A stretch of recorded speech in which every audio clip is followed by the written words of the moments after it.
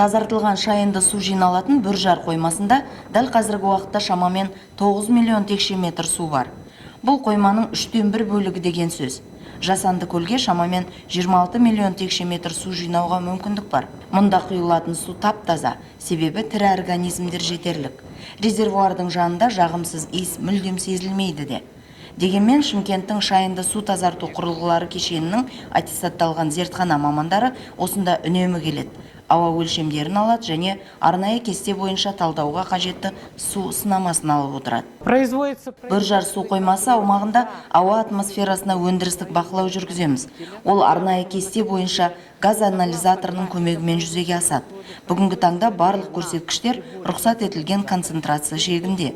Газ талдағыш жабдықтар ауадағы күкірт сутегі және аммиактың болуы туралы барлық деректерді нақты көрсетеді.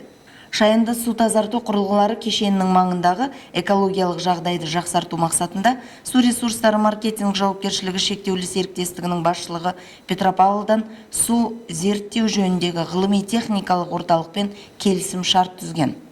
Аталған мекеме мамандарының көмегімен хлорелла партиясы зиянды заттарды жойып, оттегін бөлетін бір жасушалы микроорганизм Бүржар су жинақтағышына жіберілген еді. Су қоймасында оттегінің көп болуы микроорганизмдердің қарқынды дамуына ықпал етті. Олар ағынды судың зиянды заттарымен қоректенеді. Бұл жағымсыз иістің жойылуына көмектеседі және жалпы ахуалға оң әсер етеді. Қазір қоймада шаян тәрізді дафни өте көп. Олар әрі балыққа да жақсы жем. Су қоймасына 2023 жылдың күзінде балықтар жіберілді.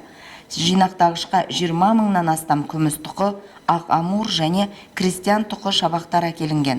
Естеріңізге сала кетейік, су қоймасында жиналатын тазартылған шайынды су ауыл шаруашылығында техникалық дақылдарды суғаруға жұмсалады.